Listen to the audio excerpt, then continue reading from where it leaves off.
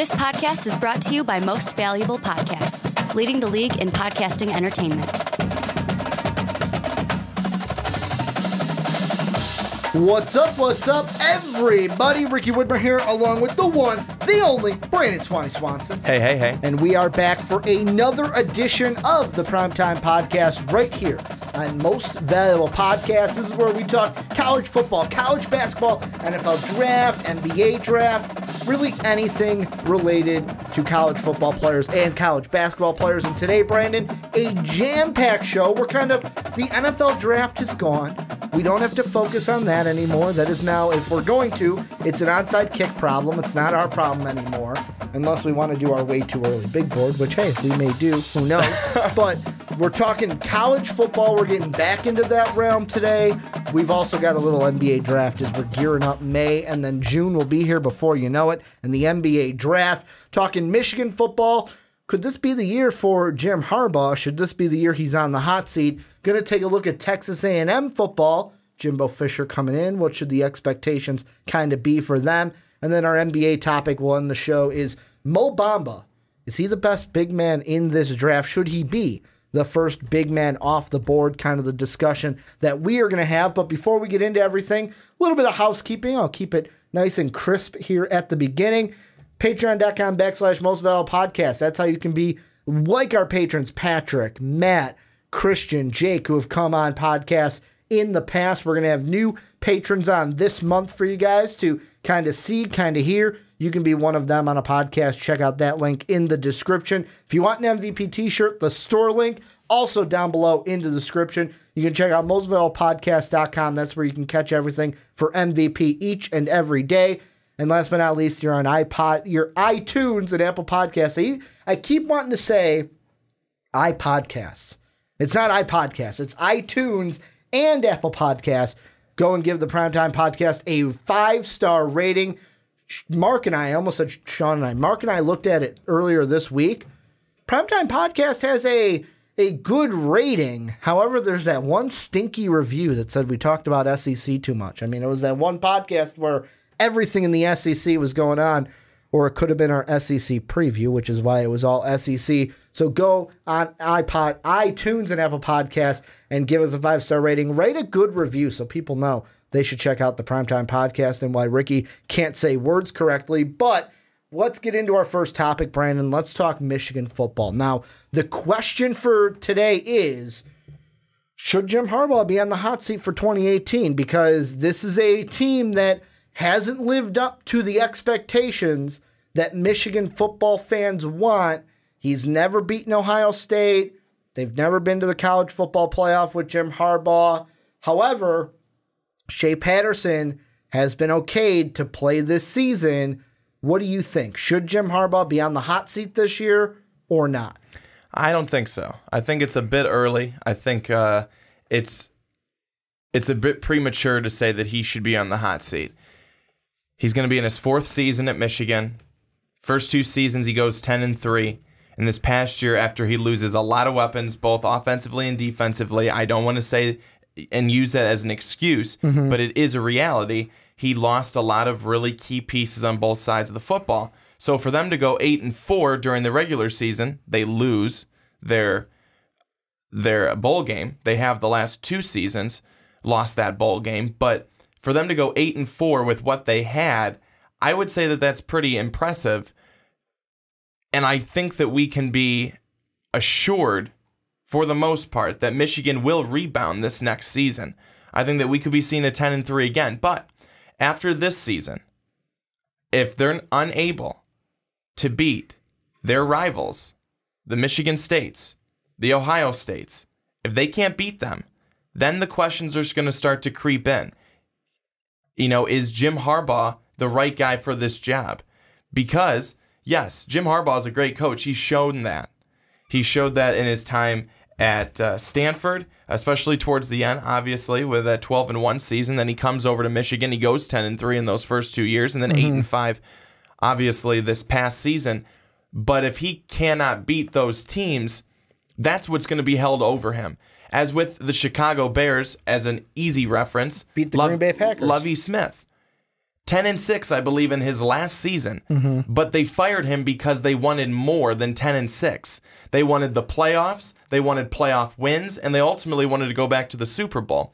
But ever since then, they've only sucked. So I think that that's where you also have to be careful, because if you get rid of Jim Harbaugh, and I'm not saying Jim Harbaugh is the end-all, be-all, but you get rid of him, who are you going to bring in where you can honestly sell it to your program, for your program, to your players, to your fans, that we have now someone better than Jim Harbaugh guaranteed to beat Ohio State? And I think that's where you have to draw the line of being, okay, you want to get rid of this guy. The person you have lined up afterwards, they better be a whole lot of real good. Well, and I'm glad you brought up that last point, because I feel like right now, it's kind of like a culture we live in now, to where if you start something, let's say, I'm going to relate it to going out and going to the bar to meet some girls. You got an outfit that's working for you. Well, if you talk to some ladies that night, it works. All right, I'm going to do that again next week. The second it stops working, I got to change that. Or let's say baseball. How many times it's like, you know what? I did this before I went up to bat and I got a hit. You know what? I'm going to do that again. The first time you don't get a hit, I got to change it. Something went wrong. I lost the mojo. That's where we're at right now with just as a society, is like, all right, we're not winning now. It's been 3 years. All right, we got to get someone in the door who can win. And it's reflected in Michigan, because since the last coach that they had that was there for more than 3 seasons, Lloyd Carr, he was there from 95 until 2007. Most of my life, Lloyd Carr had been the coach of the Michigan Wolverines. And then you've got Rich Rodriguez, took over in 2008, gone in 2010. Brady Hoke took over 2011, gone in 2014. Jim Harbaugh took over in 2015. Will he be done in 2018? And that is the question, because we're sitting around that year. He's past the, like, if we're looking on a graph, he's past the Rich Rod line. This year will be the Brady Hoke line. Well, basically how many years they were there. And I'm not saying that Jim Harbaugh definitely needs to go, but for me, I think that this is a year. Like, would I fire Jim Harbaugh right now? No. Would I fire them would I fire him after this season if they don't make the playoff? No. If they lose to Ohio State? No. However, with that being said, I think a little bit of pressure needs to be kind of put into Jim Harbaugh, not because I don't think he can make it to the playoff or beat Ohio State, but if I am in the AD's office, I got to be sitting there going, all right, I can't be happy with what is going on right now. The first time you play Ohio State, you lose 42-13. 2016, I'll give it to you. You go into Columbus, Ohio. You go into the Horseshoe, lose 30-27 in double overtime. Probably should have won that game. That was the one that had the questionable call that should have been Michigan, and I was on the side of Michigan, that they should have won that game. Then you have last year, you come back home, you lose 31-20. The two things that sit uneasy with me with those is that, first off, we're 0-3 against them. Second thing is that the close game was when we were there. We've given our fans 2 shit games when it's come to the outcome. They've basically blown us out here, although 11 points isn't the worst. This past year, the game was much closer on the road. The second thing that would sit kind of weird in my stomach right now is you're 1-2 against Michigan State. Like, he lost to Michigan State year 1, and then 2017, this last year, lost to Michigan State again. So that's another rival we're on the losing end of, and you didn't beat Penn State this year. Now, I know Penn State was the number 2 team in the country this year, but I see it and I go, all right, 2 losses in conference first year, 2 losses the next year, 4 losses now this year. When is this going to uptrend, or will this always be hey, there's always 2 teams, one of them being Ohio State, are going to clip us, and we're going to get losses for those games? Well, I don't think that you can necessarily look at it like that. You have to, I think you have to look at it each individual season. So like this past year, you know, you look at how everything went. Okay, that's not how we wanted things to go, but you know, but it also can't just be it can't just be those games. You know, you have to look at everything as a whole, but there needs to come the time where they have to start winning against them. I don't think that Jim Harbaugh probably even is internally on the hot seat. I don't think it. But Michigan has seen 2 10-3 seasons. I can't stress that enough. They've seen them. They liked it. They thought that they could get more. They went 8-5. Now, if they don't start to trend back towards the 10-3, that's when we start to get worried. But when you do now have, and what this situation has worked out, what seems to be working out really well right now for Michigan, is that Shea Patterson, due to I don't want to say a loophole in the NCAA rules, but Michigan and Ole Miss are able to put a waiver together that they're both able to sign that says, yes, he can leave, he can go, he can be on your team. That's going to be really big for Michigan. Now, is it a complete set in stone that he's going to be the starting quarterback? No, not necessarily. I think he wins the job, though. I'm just saying, right now, nothing's set in stone. There's going to be, the offseason where they're going to have competitions. They're going to have a quarterback competition, and the best one is going to win. The thought would probably be that he will be the one to do that, but I think you look at what he did last season for just 7 games with Ole Miss. Over 2,200 yards, 17 touchdowns, 9 interceptions. He's good. He's got an arm. I mean, he can really heave the ball around the yard. That's what Michigan needs. That's what they've lacked, I feel like, in recent years. They really haven't had. Certainly this past season, they did not have a strong quarterback. They did not have a strong quarterback really at any point during the season. And that's one of the things. Wilton Spates or John O'Korn. Exactly. They really lacked a true leader, I think, at the quarterback position. And Ricky, we've talked about this a number of times. The quarterback is your leader, and that's who you look to. That's who you look to be the one to carry you through a game, carry you through a rough spell, a rough patch. If you don't have that, that's going to be tough. So Shea Patterson is hopefully going to be able to be that guy, be that symbol for Michigan football moving forward. I think that Michigan certainly will be trending in the right direction this next season, especially after, again, I'm telling you, the 8-5 this past year, you're working with really tons of new players. I think, 22 new players, just on the defensive side? Yeah. They now have a year under their belt. That's good. They come into this season with more confidence, with, I think, a greater skill level, higher skill level than they had last year, and they're ready. They know what to expect, and they know how to go into battle and prepare for it. That's going to be the biggest thing for Michigan. Now they just have to be able to effectively execute.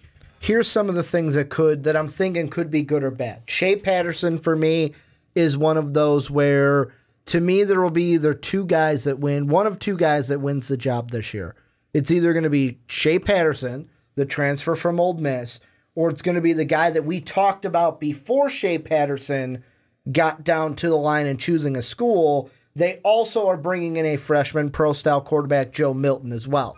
Actually, that's where he brought up Milton, was when Patterson declared Michigan, we kind of had the discussion, would that then force Joe Milton to go somewhere else because he wants to start right away, but I think they'll compete for that job. One of those two guys is getting it, which should be an upgrade from either Spates or O'Korn from last year.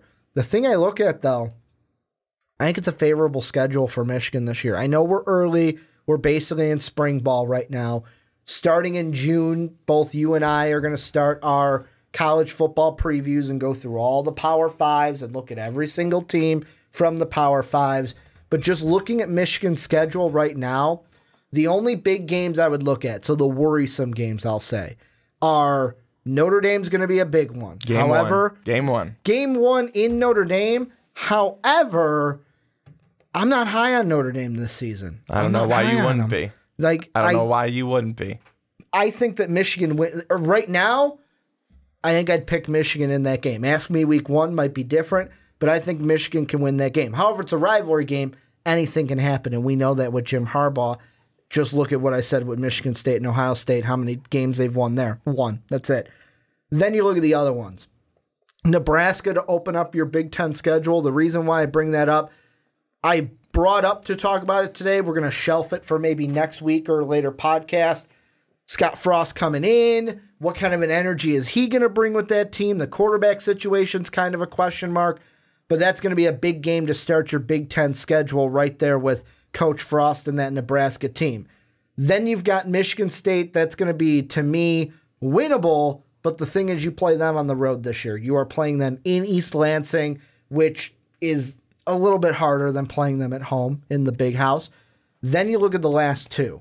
The last two big games for me. Number 1, Penn State.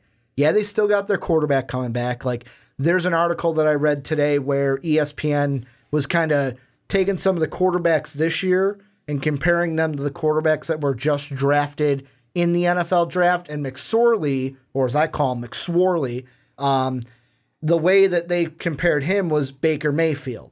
And I looked at that, not as they play, I looked at it and went, holy crap, could you imagine if he had a season that Baker had last year?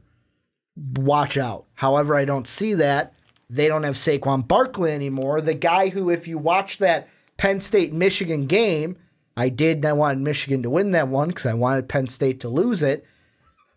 Saquon burned them. He burned them whether it was a handoff, whether it was a pass out of the backfield, Saquon Barkley burned them and was the reason they lost. He's not there anymore. He's with the New York Giants. And then the last one, Ohio State. The good and the bad with this.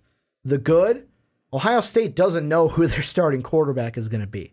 Last year, it was J.T. Barrett's our guy. They've got the leader at the quarterback position. This year, they don't know.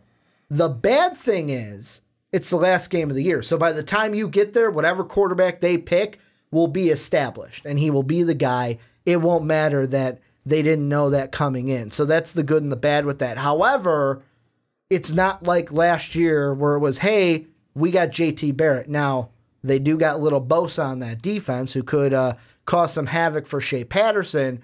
But those are the 5 big games if you include Nebraska, that I'm kind of looking at that will be major turning points for Jim Harbaugh and the Wolverines this year. Yeah, and they you didn't mention they have to play Ohio State on the road in the Horseshoe. They play better at the Horseshoe with Jim Harbaugh. But still. Maybe that's a good thing. But still, I mean, it's a road game against one of your toughest opponents to end the season. And usually at that point, at the end of the year, that last game, there's a lot on the line. And we've seen it with both of these teams, with Michigan and Ohio State. They both need it. So that's what makes it fun and exciting. But at the same time, there's usually a lot riding on that last game because they don't have it locked up already. But again, Michigan to me is going to have a better season this year. Now, could I be wrong? Sure, but I feel like Michigan will bounce back in a big way, and I'm not necessarily saying that they're going to bounce back in a big way, go to the playoff, but that's what Michigan needs right now. Is they've had Jim Harbaugh. They believed, we'll get Harbaugh, we'll get to the playoff. They haven't been. 3 years, no playoff appearance. Close, no cigar. They need to get there. And not necessarily for him to secure his job. I'm not saying that, but for him to almost secure a Michigan legacy because, yes, you've been better Quiet the doubters. Yes, you've been better than Brady Hoke. You've been better than Rich Rodriguez. Didn't take much. But I think that he needs to be able to do that for his own legacy. And now maybe he's not necessarily thinking about that, but I would. Because, yes, it's about being able to build a program, but you also want to be able to do well by yourself. And that's what he needs. That's what he needs for himself. That's what he needs for the fan base. That's what's going to keep Michigan football happy. And, again, they won it. It's been a long time.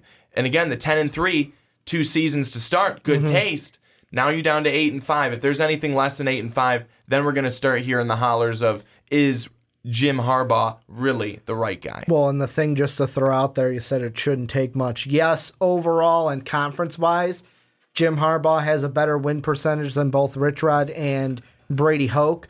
But the thing, and take this as you may, when it comes to bowl games, he's got the same record as Brady Hoke. I know. 1-2. I know. Here's the last two questions I got for you. So both of us agree that should Jim Harbaugh be on the hot seat this year? No. Like, although I think that maybe a little pressure should be there, like hey, Jim, we got to beat Ohio State this year. Just want to make that. I know you know that. And I'm sure it is. Yeah, I know you know that, but as an AD, I just want to make it known we got to do that this year. The first question I'm going to ask you, look into your crystal ball May 3rd next year.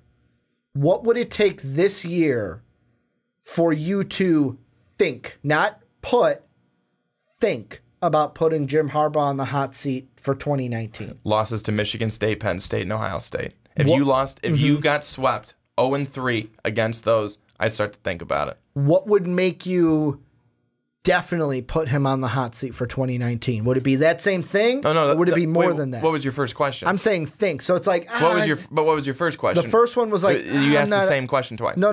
What I'm saying is here. I'll differentiate it. The first one is think. So kind of like what we're asking right now, where it's like, yeah, I'm not really putting him on the hot seat, but I'm sitting back privately in my office as the AD, and I'm thinking about it. That's the first one. Not publicly going, yeah, he's on the hot seat, but behind closed doors thinking I might put him on the hot seat this year. Well, Whereas think the second question is you publicly come out and say Jim Harbaugh's on the hot seat.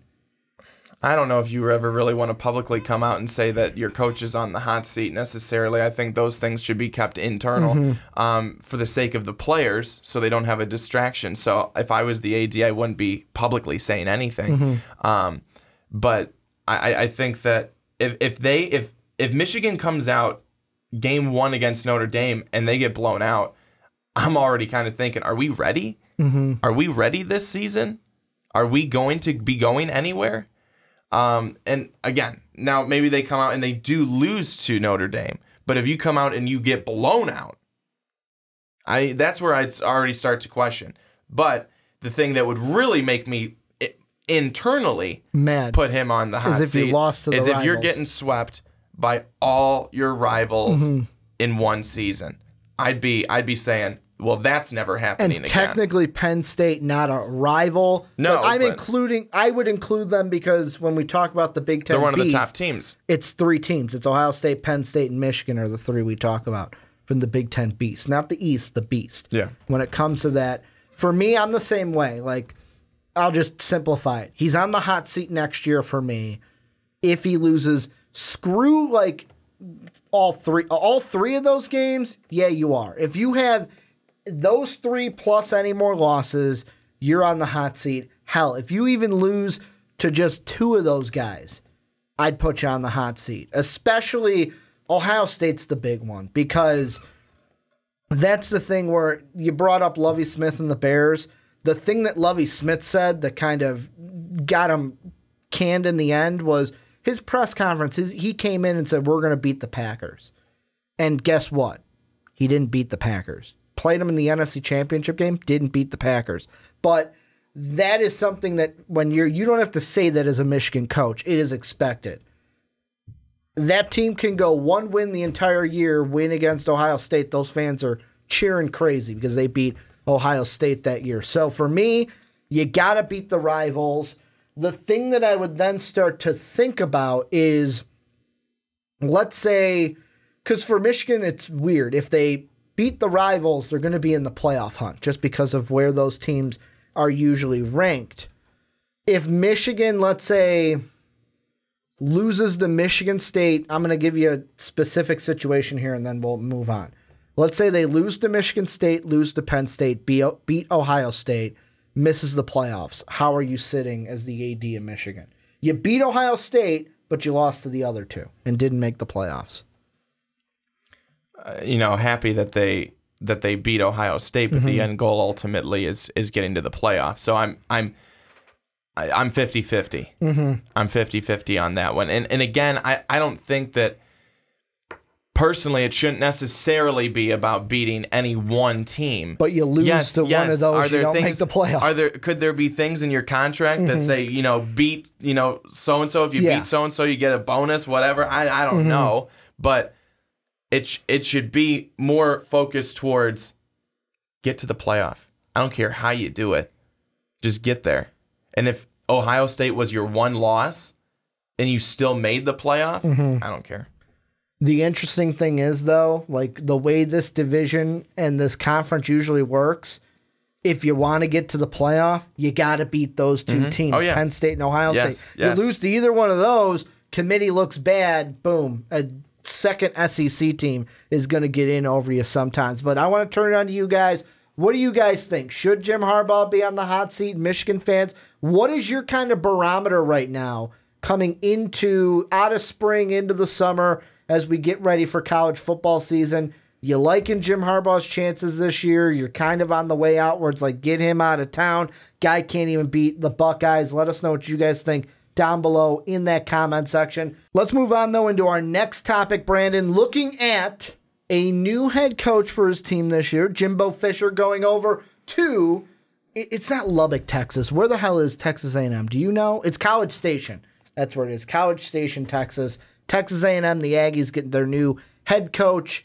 Jimbo Fisher had their spring game. Also, one thing I forgot to mention at the beginning of the podcast, if you're wondering why Brandon is so sweaty, I think it's because we got to congratulate you, man. You finally had sex, right? Finally? It's been a while, but finally?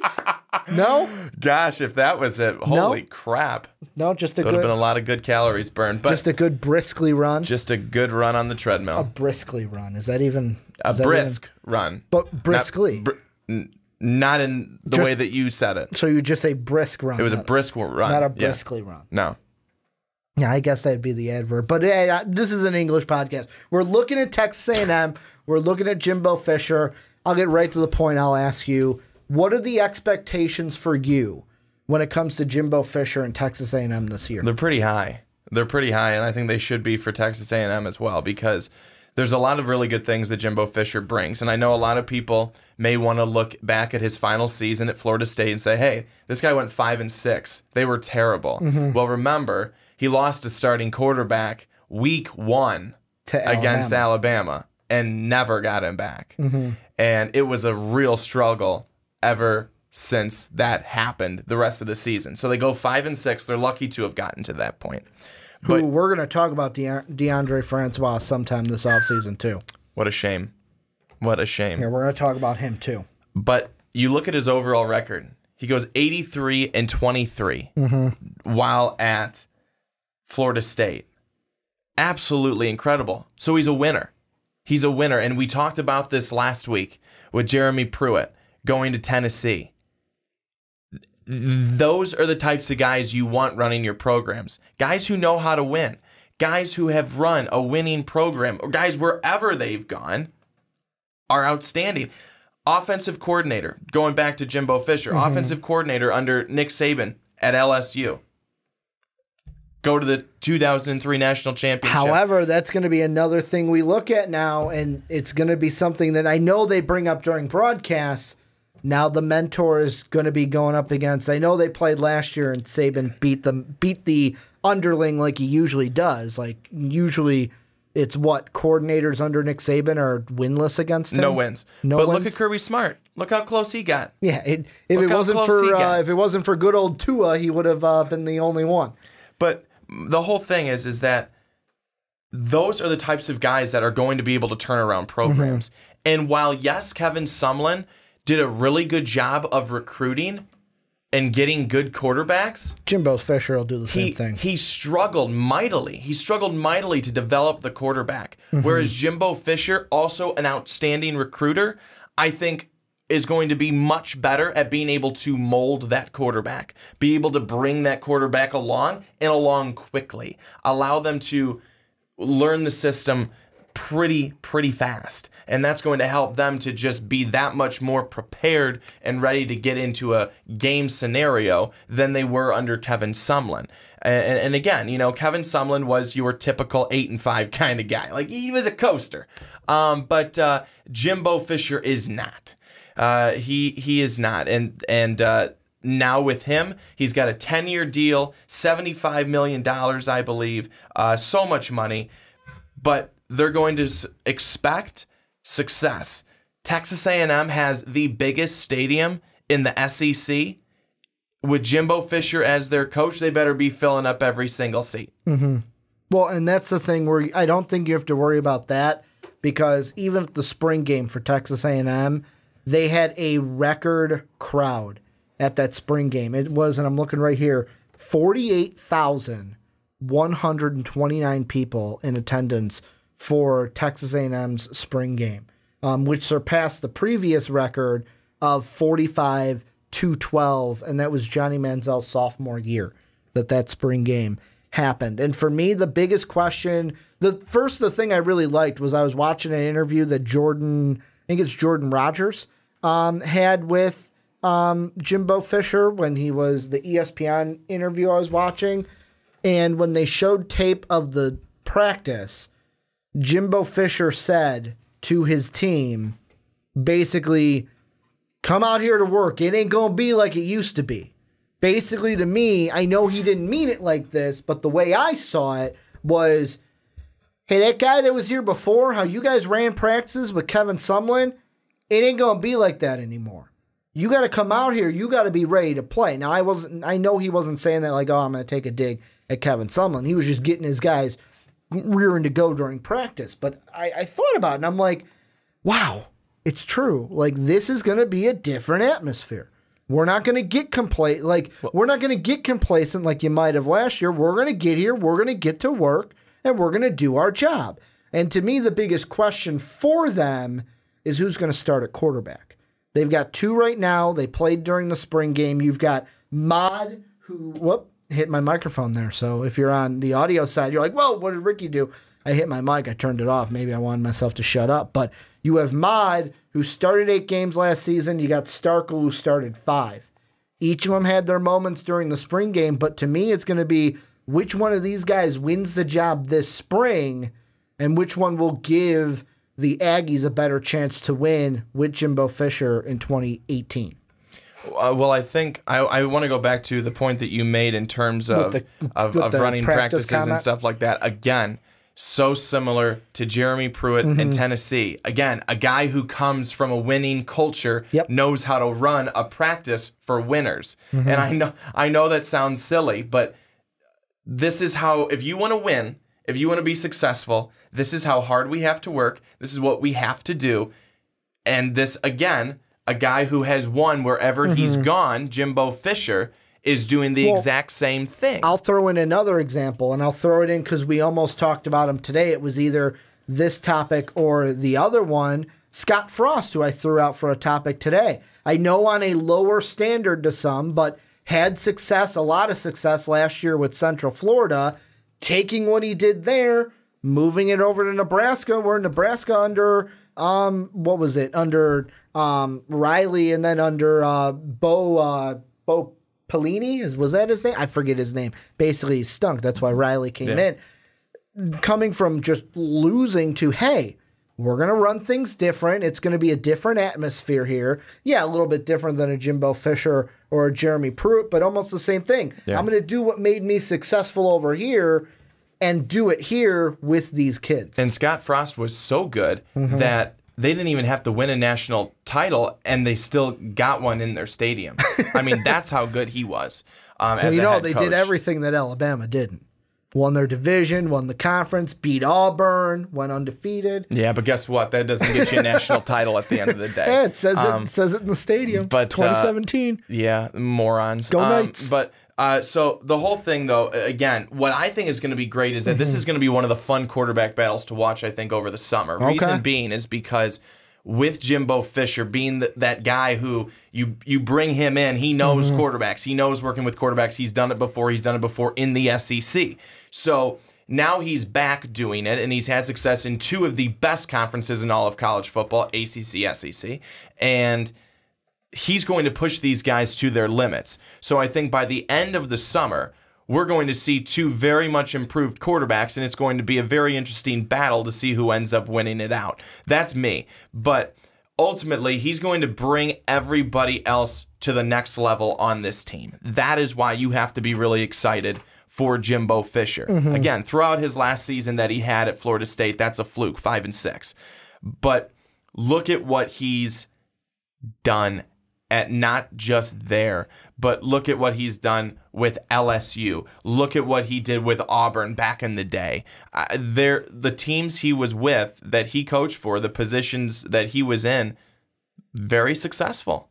Very successful. And I think that Texas A&M got their guy. They paid a lot of money, but I think he's going to be worth every single cent. Every single penny. Every single cent, I think he's going to be worth it. Here's what I'm looking at. I'm looking at the schedule, and my early prediction as of May 3rd, of course this will change but if injuries happen and as we get to later in the spring and later in the summer, I'm saying right now, I'm looking at it, this team will go 6 wins for sure, and I know that's a low bar. They will make a bowl game. I see them as an 8-win team. And the reason why I say that is last year, look at their losses. And they lost to UCLA, a team they should have beat, but Josh Rosen came back and beat them. Then they lost to Alabama, Mississippi State, Auburn, LSU. I'm not counting the bowl game. I'm saying regular season. So LSU, Auburn, Mississippi State, Alabama, UCLA. I think the same thing happens this year, except the only change will be they beat Mississippi State. So the losses that right now I see them doing is Clemson. The only reason I have them losing to Clemson is Jimbo Fisher. Yeah, he didn't have DeAndre Francois last year. Clemson has his number. Clemson is a phenomenal, you look at the way too early mock draft and the way too early big boards for the NFL, that Clemson defense is going to be stacked this year. They're going to be dangerous. I don't think this team in Jimbo's first year beats a Clemson team. Plus, Dabo Swinney kind of knows how Jimbo works. It's kind of like a throw the playbook out. You guys know each other so well. It's kind of a chess game out there. I think they'll lose that, so it'll kind of be take that as your UCLA loss. They'll beat Northwestern State. They'll beat Louisiana Monroe. No surprises there. Alabama at Alabama. Give it to Nick Saban. Still going to be undefeated against the underlings, as I'm going to call them. The underlings are going to stay defeated against Nick Saban. Arkansas, I think they win. Kentucky, I think they win. South Carolina, I think they win. This will be the part of the season where they kind of catch some momentum, gain some confidence, win some games against some SEC teams. Mississippi State, yeah, you're going on the road. However, the thing about Mississippi State this year, they don't got Dan Mullen anymore. I think that is a huge loss for Mississippi State. I got this year Texas A&M beating the Bulldogs of Mississippi State. However, the good thing is, yeah, they played Florida last year. They don't play Florida this year, so they don't have to play Dan Mullen and his new Gator team. Then against Auburn, at Auburn, right now I'm going to give it to Auburn just because they beat Texas A&M last year. I know it's different with Jimbo Fisher, but Auburn is still a really good team, really well-coached team. Ole Miss, I think they'll beat. UAB, I think they will beat. LSU, I think that'll be a toss-up one, but I will go ahead and give that one to LSU right now just because of I like LSU, and I think they're going to be a better team. So what did I say? Clemson, Alabama, Auburn, LSU. What's that? 4 losses on the year. That means you're going to end how many are they playing? You won 9-4. 9-4 overall. So, I mean, that's a good regular season. You'll go to a bowl game. Might even be a not New Year's Day game, not one of the New Year's 6, but could be a good bowl game for you at 9-4. Yeah, I think they're probably going to be within the 7-9 win range this next season. I think that's definitely realistic. They go, 7-6 this past year, so anything past that is 8-4. Certainly...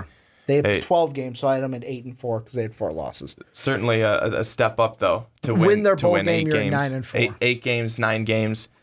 That's what they'd be looking for, I think, in year one. That'd be great. Get back to being competitive. To not be 8-5 would be really fun. To be, 9-4 at the end of the season. Where do you think is the? I'm gonna use this term incorrectly, but roll with me here. What's the Mendoza line? What's basically the lowest record they can have this year for you? Is, let's say you're a Texas A&M fan. You're sitting there going, all right, I didn't want this many wins, but this is a success. Where's that line for, like, this is the lowest wins we can have for me as a Texas A&M fan to say, all right, it was a successful season, year one for Jimbo Fisher? Well, I don't think that necessarily they would say it was successful with what I'm going to say. But I'm happy with it. I'm 7. I'm not excited, 7. but I'm not happy. 7.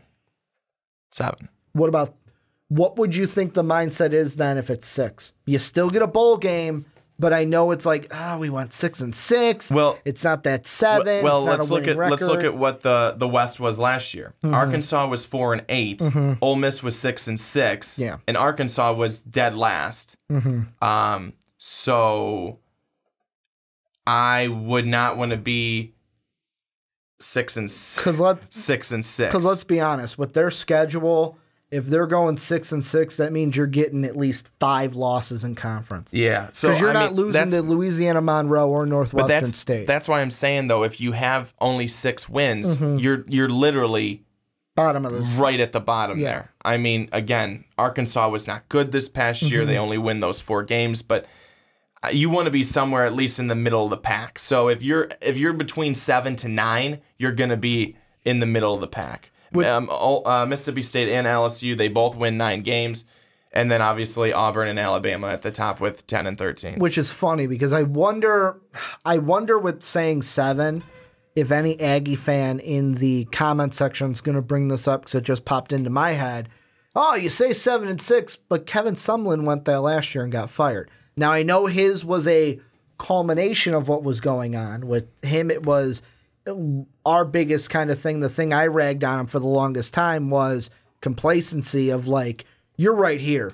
You're not getting over the hump. You're not even testing the hump. It's like, I'm right here. I'll stay right here. That's how many wins I'm going to get, and I'm fine with it. Well, I'm not fine with it, but that's where I'm at.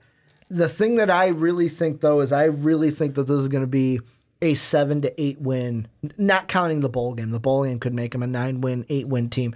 But I think this is a 7-8 win team regular season because really it comes down to the 3 big games of what are you going to do against Auburn? What are you going to do against Alabama?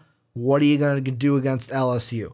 LSU to me is the toss-up because Ed Orgeron, great coach, or I'm going to say great coach, has a team in place, although what are we going to get from them this season? Last year they were 6-2 in the SEC. Alabama, I expect them to be 7-1 again, with probably their only loss if they do lose being to an Auburn team. And then you got Auburn, who's also a well-coached team that I expect to beat 7-1, 6-2 at the worst in the SEC. So really it's going to be this year, how do you compete with those top 3 dogs in the conference? So here's how I want to put something in perspective, though, is that he signed a 10-year, $75 million contract. I know it's not just about this year. No, but what I'm saying, though, is that this wasn't like a 3-year deal or a 5-year deal where it's like you got to win, and look pretty good in year one because your contract's only 3 years or 5 years. No, they're playing the long game. So I'm not so concerned if they don't come right out of the gate and win 10 games in year one. Because even if you kind of start to build a base and everything like that, remember, he's going to be working with a lot of Kevin Sumlin's recruits. He's not going to be working with a lot of Jimbo Fisher recruits. A recruiting class that in the SEC, let me look really quick, they were 6th in the SEC with 23 total recruits, no 5 stars, 13 4 stars, 10 3 stars. So I think now that you're in the SEC, it's a gold mine. Your name is Jimbo Fisher. That's going to add to the gold mine. You're going to get more recruits coming into you, wanting to come and play for you.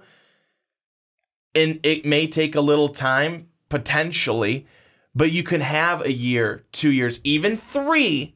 I'm not saying that we go and win 4 games, 5 games, 6 games, 1, 2, 3, but you've got a little bit more time because you get through 3 years. You still got 7 on your contract to be able to, okay, now we're off and running. These next 7, we're competing every single year for the top. So that's what I'm trying to put in perspective there, is that this isn't a short 3 or 5-year contract. This is a freaking 10-year deal. Jimbo Fisher is like what we talked about in the first segment. He's a Lloyd Carr type of coach. Yeah. Where it's like, we're not expecting to get rid of this guy in 3 years or put him on the hot seat in 4 years. We signed him for 10. We expect him to hopefully be here for all 10 of these years. The last question I want to ask you about Texas A&M before I ask you just a general SEC question for this year is, first off, Texas A&M, within this 10-year contract, do you see, if so, when, Texas A&M winning the SEC under Jimbo Fisher? Beating in Alabama, maybe if Nick Saban's still there. Yeah. How many years do you think it takes? I think it's going to take like 5 to 7 years. That's what I was thinking. I think it would take 5 to 7 years because, again, it's going to take them time to build up that team. And 2, Nick Saban, he's already there. Like, you got to, like, building up the team is work, but then actually beating Nick Saban is like a whole nother end game that you got to deal with when it comes to competing in the SEC. It is. Especially that side of the conference. It is. And remember now, LSU's starting to get back to form, where they were under Les Miles for a long time. Got your Ed Orgeron impression in you? And I'm going to go and get some, donuts and pick up a couple of donuts here and stuff. And I'll be right over to practice. You don't start without me, though. But I think that Alabama's not going to be the only team that they're competing against anymore. And it's Auburn not. And LSU. Auburn. I mean, look at Auburn, what they did last year. Look at what LSU's doing. Look at what Georgia's doing. I mean, look at all. I mean, we're talking Thank God they don't have to play Georgia as a this year. whole now, not just the West, but all these teams are really starting to come back into form, and it's not just Alabama's house anymore. Yes, is Alabama very dominant? Sure, they are, of course. But look at all of these other teams that are really starting to make a play because their head coaches, look at Kirby Smart, been there now a couple of seasons, 3 years, I think it is, with Georgia, starting to build something there, So, at Orgeron, same things happening.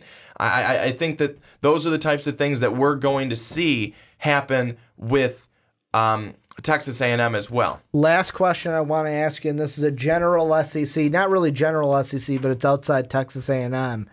One of the things, and this is short, didn't want to make a full segment of it, what are your thoughts? Because I'm thinking, whoa, what the hell was he thinking? Justin Fields, one of the top quarterbacks in this recruiting class for 2018, chooses to go to the Georgia Bulldogs. They get a top guy. Like, what is he? I'm trying to look at what he was, the #1 dual quarterback, #2 nationally ranked for this class, coming to Georgia. Of course, we expect Fromm to start, but I was thinking, like, why do you make that decision? Why, Fromm's the guy you want to start, right? Like, is this just Georgia getting richer? Georgia getting so much richer to where they're going to be at the top for a long time to come. Yeah, that's exactly what it is. I mean, why not stack up while you can? Why not get some of the best recruits while you can? I just kept thinking, I'm like, you do know Eason left because of Fromm, right? But you're committing to go to Georgia. But remember, though, Fromm is older. This kid's gonna. He's only a sophomore. I know, but I'm just saying things can happen. He has his sophomore season next year, and he could be off to the NFL for all we know. True. So it may only be a couple of seasons that this kid would have to sit. So I think that if you're Georgia, you're not going to say, well, maybe you shouldn't want to come and play for us because we don't know if you're going to start. I find it funny because, like, how I found out about this, and this is the last thing we'll bring up before we go into Mo Bamba, is I'm going to pull it up right now because I watched it last week. So he has his commitment video, right? And he releases it on YouTube, and I think it was through CBS Sports that he released it, and you get down to the final teams.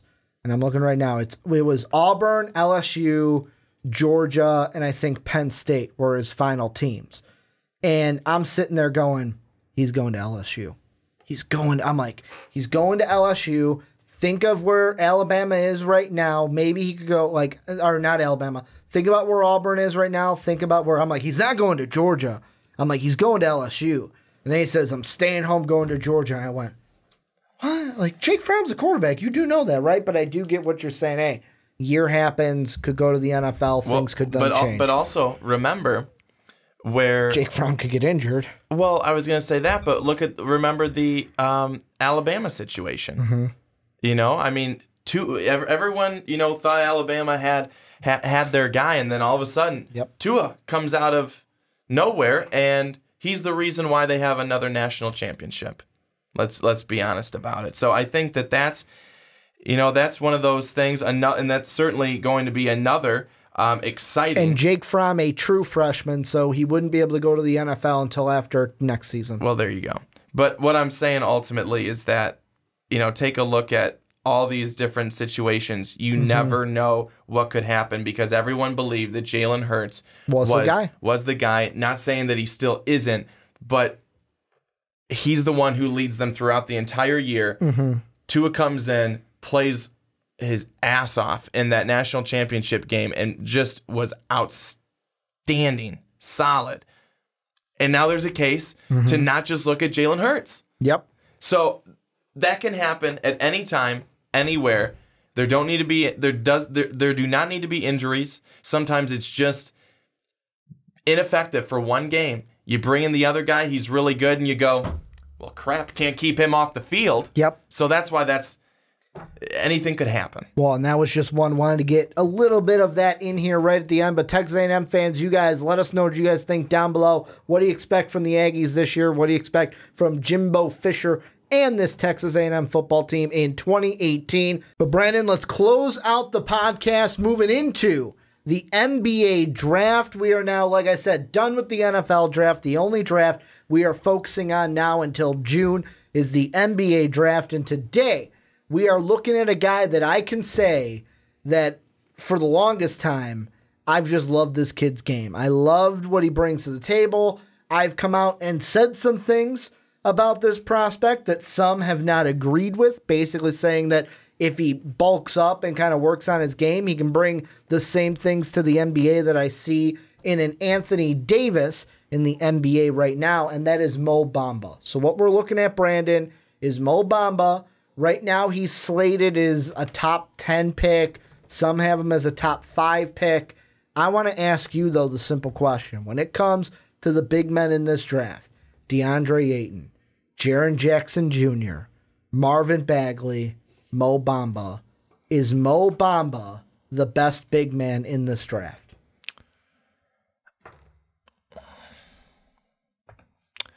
I'm going to have to probably say no, but I think that he certainly has the potential to end up being the best one. He already is a guy that if you look at what he does defensively, can be one of the best defenders in the league. I mean, the guy can go up in space 4.4 blocks per game to swat that ball away. And then he's also pulling down about 16 rebounds per game. Yep. So he is going to be a beast defensively. He runs the floor really well, light on his feet. He's really nimble defensively. That's what's going to make, I think, that part of his game is already really good. I think the reason why I can't say is he the best big man is because offensively is where there's the question mark for me. Offensively is where he could get better. A lot of times kind of looked at and scouted as having a flat kind of shot. And his mid-range jumper could get better. Is he going to be a three-point shooter in the league? A lot of people say no, he's not going to be. He's not going to even turn out to be a three-point shooter, but could be a really good mid-range to, right by the basket shooter. So defensively, solid. Probably an A. Offensively, probably a C+. So there's with potential to get better, but I think because of the offensive, I don't want to say struggles, but I want to say that he's certainly not the best offensive big man in this draft class, which is why I don't think that you can say that he's the best big man in this draft class. A lot of people, and we have somebody, I believe, on the fast break that believes this, that Jaren Jackson Jr. is the best big man in this draft class. I know Dave likes Triple J. Everybody's going to have their own opinion, though, when it comes to it. Just like in the NFL, when everyone likes their own quarterback. Cleveland went Baker Mayfield, and the Jets were like, good, because we think we got the number one guy in Sam Darnold. Well, the Jets apparently wanted Baker, too. Everyone wanted Baker. Apparently, Baker's agent said the Patriots were going to trade up to number 2 to get Baker. But for me, when I look at it, is if I was drafting, let's say number 2, let's say number 1, Luka Doncic goes off the board, which on the NBA side, Suns hired their new head coach. It's going to be one of the assistants from the Utah Jazz. Everyone's thinking if they're a number 1 pick, he's a EuroLeague guy, Doncic is going to go. So great. So if I'm sitting there as a team at number 2 and I'm looking for a big man, to me, the debate in my head personally, and some aren't going to agree with this, because with all 4 of these big men, it's basically which one do you like the best. The general consensus is that DeAndre Ayton's the best big man. Then there's the next most popular would be like a Marvin Bagley. Then there's the Jaren Jackson crowd. Then there's the crowd that I would say I kind of lean in because I like Mo Bamba as a prospect and what he could be. I'm going to piss off the Marvin Bagley camp a little bit by saying this, but my decision would be between Ayton and Bamba of who I would take if I'm looking at strictly big men. And the reason why is kind of comparing all 4 of these guys. So I'm using, with all these stats, by the way, in the 4.4 blocks per game I threw out, these are stats per 36 minutes on the floor. So if you look at all 4 of them, the guy who's averaging the most per game, Marvin Bagley, 22 points. DeAndre Ayton's right behind him. The lowest, Mohamed Bamba. Then you look at rebounds, who's got the highest? Bamba at 12.6, Ayton right behind him. Who's got the lowest? Jaren Jackson. But then you look at the blocks. Jackson and Bamba lead that. Ayton and Bagley aren't really there. The shooting percentages are kind of low for Bamba. However, there's that video, and I know that it's like, how much stock do you want to take into this? There's a recent video of him working on his shot, how he mentioned during when he was on The Jump on ESPN, how he's going away from like a catapult motion with the shot. And there's a clip of him just draining 9 threes in a row. And to me, I look at Mo Bamba and I go, all right, look at big men in this NBA right now.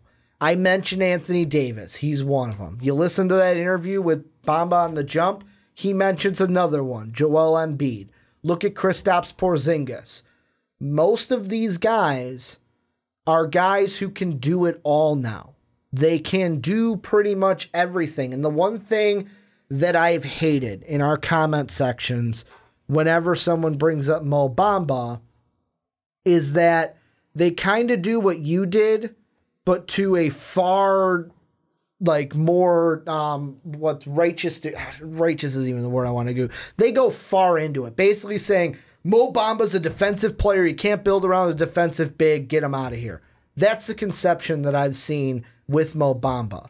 However, the way you were putting it is more of like, yeah, his offensive game might not be as polished as a DeAndre Ayton, as a Marvin Bagley, but potentially it could be there, and that's what he's kind of working for. Like, most people I've seen disregard the offense, look all defense. You were kind of saying, yeah, his defense is really good, but the offense can still be there. I'm not completely pushing it to the side. So for me, I would look Ayton and Bamba because Bamba brings so much. He not only can develop that offensive game, hit from outside, hit from down low, hit from mid-range, but defensively he's also a monster down there. Like, in the quote that he's said in the past, like, he's a guy that can jump up and get to the top of the square on the backboard and block a shot.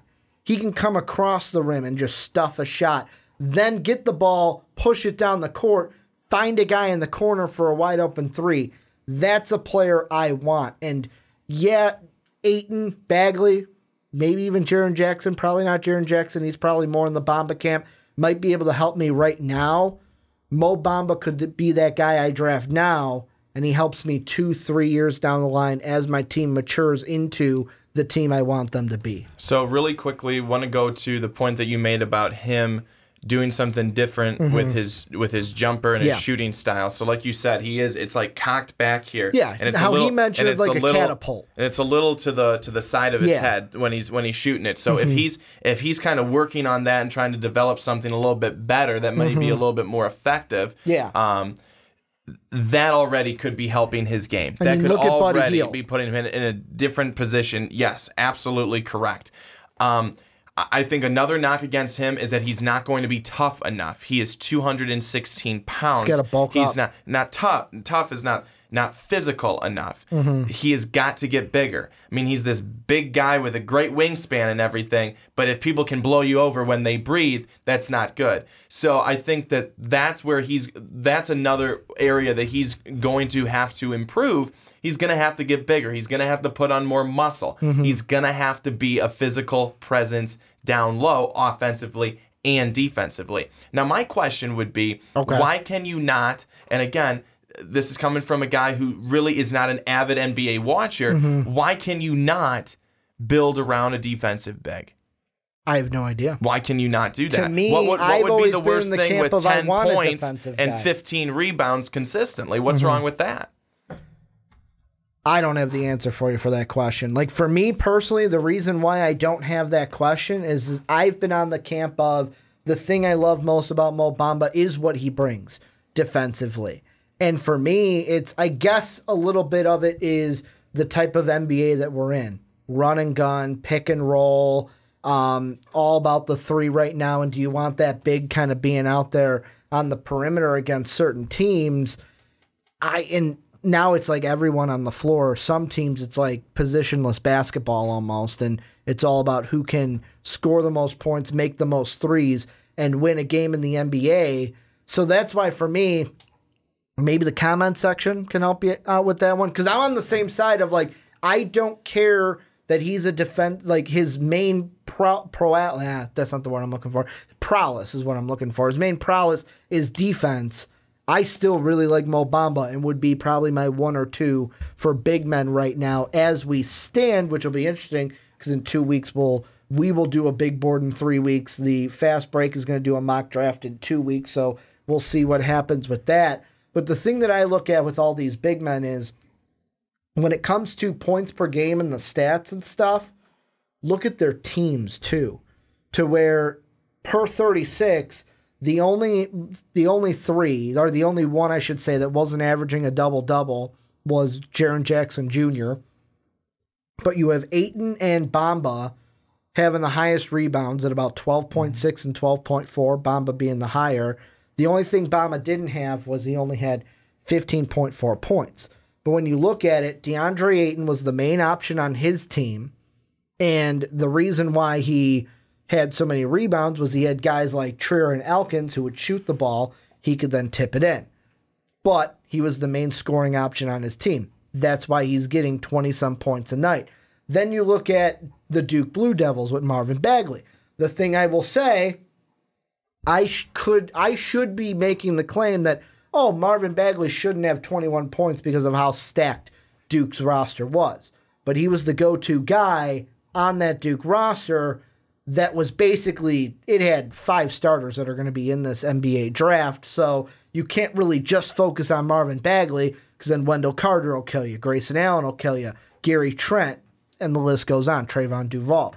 Then you look at Michigan State. Michigan State, Jaren Jackson wasn't the guy, and this is the first one that's kind of clear. Miles Bridges was the guy, then you had Winston was right behind him. Jaren Jackson was not asked to be a scoring option on that Spartan team. He was asked to do what he does best, and that's defensive. And then you've got Texas, where Mo Bamba, again, was not a main scoring option, and they had probably the most scoring options and were probably the team that didn't have, they had Andrew Jones, who had the most points, but he was only 0.1 per game better than the next guy below him in Dylan Ostrowski. So they were the most spread out, and they had, 1, 2, 3, 4, 5 guys in double figures last year. So, like, to me, I don't look at that 15 points in the 36 per minute and go, oh, well, that's bad. He's only averaging 15 per game. Actually, he only averaged 12 per game this past year. I don't look at that and go, it's a bad thing, because with all these guys, it's about what team they were on, too. Yeah. And a guy like Bagley, a guy like Ayton, they were the main guy on their team, so they got more opportunities with it than a Bamba or a Jackson. The thing that I'm always going to look at and remember with Mo Bamba is the fact that when he fouled out in the Duke game and things were looking up for Texas, Bagley went to he town. fouls out, and Bagley goes to town in overtime. Ostrowski had Texas no chance. Loses. The next game, the Nevada game in the tournament, again, fouls out. Things were looking up for Texas. All of a sudden, things shift in favor of the Wolfpack, and the Wolfpack goes on to win. So what that says to me is that Mo Bamba, no, maybe it wasn't necessarily on the offensive side of things, but defensively, without him, that's the reason they lost. I mean, I thought it was pretty clear in my mind, certainly watching the Wolfpack game, because I actually got to watch that game live. I had to go back and watch the other one. Even the Duke one, it was like Bagley, Bamba on Bagley. It's like, okay, Texas can win this. As soon as Bagley went out, Duke was like, oh, he's not down there? To Bagley, dunk, Bagley, dunk, Bagley, but again, dunk. that, like, Bamba not being in there, that was the reason. Exactly. So he is a playmaker. He is a playmaker. That is the type of guy that you certainly want to have on your team. And again, no, he's not going to be the leading offensive scorer, because he hasn't been. He was really never called on to be that, but he certainly was called on to be a playmaker. And if you want a playmaker, when you talk about the NBA, he's the guy. He's a guy you definitely want to go with. Now, is there a very good reason why DeAndre Ayton's most likely going to be the #1 pick? Yeah, because when you look at him, he's pretty balanced both offensively and defensively. Whereas with Bamba, you're getting a whole lot of defense, and you're getting some offense. Yeah. But that's why I think that I can't say that he's the best big man. Again, I can't say it right now. But when you go to the NBA and you look 3 years down the line and he's developed and his jump shot is better, the shot isn't as flat anymore. He's put on some I don't want to say weight, but he's added some pounds of muscle. Maybe we're having a different conversation at that point. But I think right now he's still a solid option. Here's the thing I'm looking at. And to answer this question, really, there's no, at this point, there's no right or wrong answer.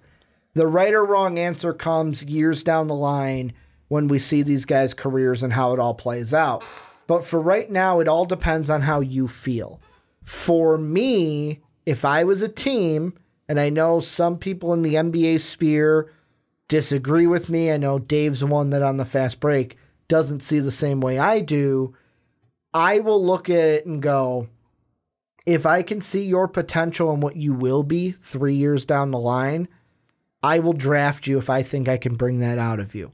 Rather than the guy that, all right, you're the best right now, I'm going to take you right now. Because I'm more the guy that I might not want you to be the best right now, but will you be the best 2-3 years down the line? That's kind of the mindset I go to. And just to look back at recent drafts, and we'll see if this goes up. The last one, Jason Tatum right now kind of balling it out for the Celtics. Some would say Celtics won the draft. However, 2-3 years, 4 years down the line, let's see what Markelle Fultz, what Lonzo Ball are doing. Because right now, Markelle Fultz, bit of the yips, didn't play this year, looked really good when he did. Then you got Lonzo, who this year wasn't the best year for him. Both of those went above him.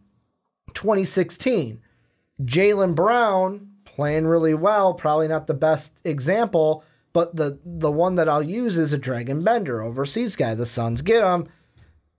He isn't doing anything, but then you look down the line, and a guy like Domantas Sabonis, who went 11 out of Gonzaga, he's contributing right now. He was on an Indiana playoff team and was actually playing well against the best player in the entire sport in LeBron James. So it's like, to me, I look at, I don't want you for what you're going to do right now, your rookie year, because your rookie year is not going to be the year that I look back on your career as. And for me, Mo Bamba, I see something special in this kid. I see something to where it's one of those, like he threw out the word unicorn in his jump interview. I see something. It's one of those where it's not necessarily like, whoa, once in a generational type athlete. It's not like that big, but it's like, all right, he's got the potential to be a Joel Embiid to a team, to be an Anthony Davis to a team, to be that kind of player. Yeah, will he need other players around him? Of course. Basketball's a team sport. You can't do it all on yourself. Look at the Cavs. Look at LeBron. The best player in the league will get you to the finals. Best team usually wins out. And the year that the Cavs won it, they were the best team because Kyrie helped LeBron and hit the shot. They were a better team than the Warriors were. They were also missing Draymond Green for a game that would have closed out that series a lot sooner. But with Mo Bamba, getting back to him, I would say right now he is not my bet. Like, if you're drafting as right now, he's not the best big man. But if we're going off of potential, which is how I see it, he is the best big man. Because I think that 3-4 years down the line, we're looking back at this draft class and going, all right, Bagley and Ayton are good. Jaren Jackson's pretty good. God, but Mo Bamba. Man, my team should have drafted. Like, he'll probably go low top 10, like 8, 9, 10. And every team in the top 7 will go, man, I wish my team would have drafted him. Except for like maybe Luka or like maybe DeAndre Ayton. But it's like most of them will be like, holy crap, we should have, like, how did Mo Bamba fall past 7 teams? That's what I think we're going to get to. Kind of like Joel Embiid. He goes 3, and it's like, why did the Lakers not take him at 2? Why did they go D'Angelo Russell? Same kind of thing. That's what I think we'll look at with Mo Bamba. You know, again, it's tough to be able to predict. It's impossible. 3 years into the future. Because we don't know what injuries players are going to have either, if any. And Mo Bamba is one that that's one thing that you have to watch a little bit with him is someone who kind of can get injured easily, and was injured this past year for a little bit, for a short spell. But I still think that there's a whole lot that DeAndre Ayton offers, and I don't think that just goes away. You know, I don't think that DeAndre Ayton's going to get worse when he goes to the NBA. I'm not saying like a Bagley or that are going to regress. No, either. And I know you're not saying that, but what I'm saying is that I think that they're already above where Mo Bamba is at as a complete player. Certainly when you talk about Ayton, I think Ayton's has put himself pretty far up there. He's either going to be 1 or 2, let's be honest. But Bamba, to me, looking more at him, I am very, very impressed and intrigued by his defensive play. I think that should mean a lot for a team because you can always have him on the floor. And I think offensively, if it can come along, he will be a very valuable asset for your team. Again, a guy who's given you 10, 15, and 5 in terms of blocks on a night, averaging, a double-double with, the potential for 10 blocks in a game. I mean, that's not bad to me. That's not bad to me. So that's where Mo Bamba is good, but he can get better. Whereas you are right. I think that I don't want to say that like someone like a DeAndre Ayton has hit their cap or their ceiling, but there's more room to grow for a guy like Bamba. But there's also then the fear, will he get there? Does he ever get to the point that we all believe he can get to? Because how many times has that happened? It's how high is that potential ceiling? Can I get him there, and will he ever get there? Are the 3 questions. And just to put it in a little bit of perspective, the last big board that you and I did, the way that our big men kind of ranked out between these guys, and I know for sure mine are going to change. Yours was DeAndre Ayton, the first big man. Marvin Bagley, number 2. You actually had a guy at number 3 that neither of us have brought up this segment, and Wendell Carter Jr. was your... Oh, no, I'm sorry. Mo Bamba was your 3. Wendell Carter Jr. was your 4. And then Jaren Jackson was your 5th big man. Whereas I had Ayton as the best big man, Marvin Bagley as the 2nd big man, Jaren Jackson Jr. as the 3rd big man, then Mo Bamba, then Wendell Carter is my next one. Yeah, Wendell Carter would be my 5th one. So a little bit of shaking. I know for sure Mo Bamba is going to be in the top 3 when it comes to big men. Like Ayton, Bagley, and at least Bamba will be my top 3 unless something catastrophically happens at the NBA Combine. Any final thoughts you want to make before we wrap this thing up? No. This is where we turn on to you guys. What do you guys think down below about Mo Bamba? And the thing is, I think he's a guy that can go as high as 4. He'll go to like 8. That's his range in draft-wise. But coming up for the NBA draft, Fast Break is going to have our next mock draft. That'll be coming to you. We're recording that May 16th, which will be the day after the lottery. That's just going to be a lottery mock draft. And then our next big board here on the Primetime Podcast, our last one, will be May 21st. Is the last day the day we'll record that. So May 22nd is when that one will be coming out to you. Want to thank you guys for checking out the Primetime Podcast today. Make sure to hit us up on Patreon if you want to help support the channel and come on a podcast for helping to support the channel. Go get yourself an MVP t-shirt. That link down below in the description. MostValuablePodcast.com is where you catch MVP each and every day. And last but not least, if you're on Apple Podcast or iTunes, got it right this time, make sure to give the Primetime Podcast a 5-star rating. Want to thank you guys for watching on YouTube. Want to thank you guys for listening on podcast services around the world. And as always, have a good day, everybody.